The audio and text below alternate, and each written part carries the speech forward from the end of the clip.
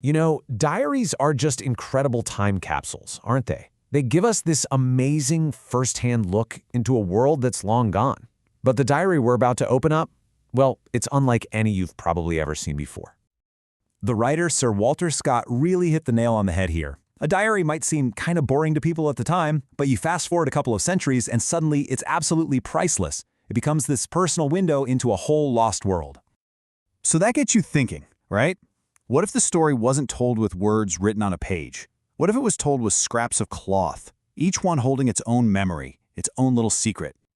Well, that's exactly what a sewing diary is. It's this really unique kind of keepsake from the 19th century. Women would save these little pieces of fabric from dresses they wore to, say, a wedding or a special party, and they'd paste them in a book with a little handwritten note. It's literally a tangible history of a life. And today, we're going to do just that. We're going to piece together the life of one woman, Anne Eliza Cunningham, using the pages of her incredible sewing diary. Every single swatch has a story to tell. So to really get her diary, we have to get her. Let's dive in and take a look at Anne Eliza's world. So meet Anne Eliza. She was born back in 1835 in Massachusetts. Her dad was a sea captain who sailed all over the world to Asia and South America. She was well-educated, she married a Civil War general, and she lived through a period of just massive, transformative change in America. And I mean, just look at the world she grew up in. Photography was invented in her childhood. The gold rush completely reshaped the American West. The country was literally torn apart by the Civil War and then stitched back together with the Transcontinental Railroad. Her life was anything but static. It was happening against this backdrop of constant, world-altering change.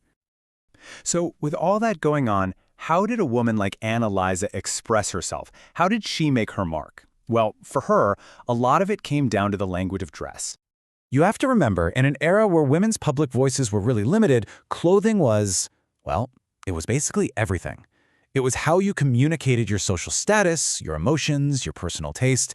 Her dresses were, in a way, her public voice.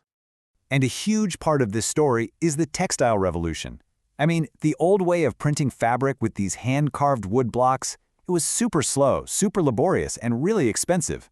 But then came roller printing technology, with these engraved copper cylinders run by machines. That was an absolute game changer.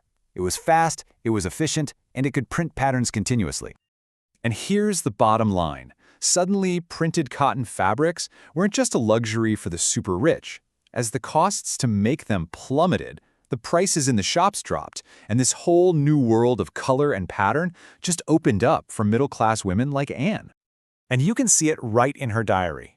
It is filled with these new, affordable printed cottons. Take a look at this little floral swatch. It's from a dress she had when she was 10, and she wrote a little note next to it, "Ollie bought in Boston." Ollie was her brother. It's just a simple piece of fabric, but it's tied to such a sweet, cherished memory. But her life wasn't just about fashion and memories. It was also guided by some incredibly strict social rules. For women in her class, it was very much a life lived by the book. And I mean that literally. This right here was the book. Things like the Ladies' Book of Etiquette were like the social Bible of the time. They laid out all the unwritten laws for pretty much every social situation you can imagine. I mean, just think about going to an evening party. Everything was prescribed. You get a formal invitation, you have to send a formal reply, you had to show up in a very specific time window, not too early, definitely not too late. Even what you could talk about was carefully controlled. And some of the rules were, well, they were really specific and honestly a little weird to us now. For instance, being on time was a huge deal. But if you were unavoidably late, the book actually says you should make no apology to the hostess. The logic there is kind of lost on us today, but it shows you just how rigid everything was. But here's the magic of the diary. While the etiquette book gives us these cold, hard rules, Anne's diary gives us the warm human reality. This piece of striped fabric, it's from a dress she wore to her mother-in-law's birthday party. It's a real event with real emotions, all captured in one little scrap of cloth. And of all the social rituals she had to navigate, perhaps none was more rigidly defined or more emotionally heavy than the act of mourning. This entry right here, it's not from Anne, but from her sister, Charlotte, and it's just heartbreaking. Dyed this dress black, the summer Charlie Trask died. Charlie was her beau, the man she was meant to marry, and she never married after he died. That little note just says so much about her personal loss. And you know, dyeing an existing dress black wasn't just a symbolic act. It was often a very practical one. Buying a whole new set of proper mourning clothes was really expensive. So for many families, making do with what you already had was the only way, a kind of frugality that was born from grief. So when you start to put all these little pieces together, the fabrics, the technology, the social rules, the personal memories, what do you end up with? You get a mirror of an entire culture. Anne's diary is so much more than a scrapbook.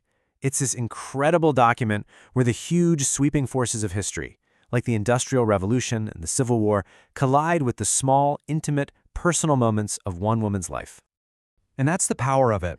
Through her diary, we get to see the unique joys of her privileged life, for sure, but we also see the universal sorrows, the kind of grief and despair that don't care about social class. They touch everyone. So Anne's sewing diary was her mirror of culture, this beautiful, handmade record of her world. It really makes you wonder, doesn't it? 100 years from now, when historians are trying to figure us out, what will our digital lives, all our photos, our posts, our texts, what will they mirror about our culture?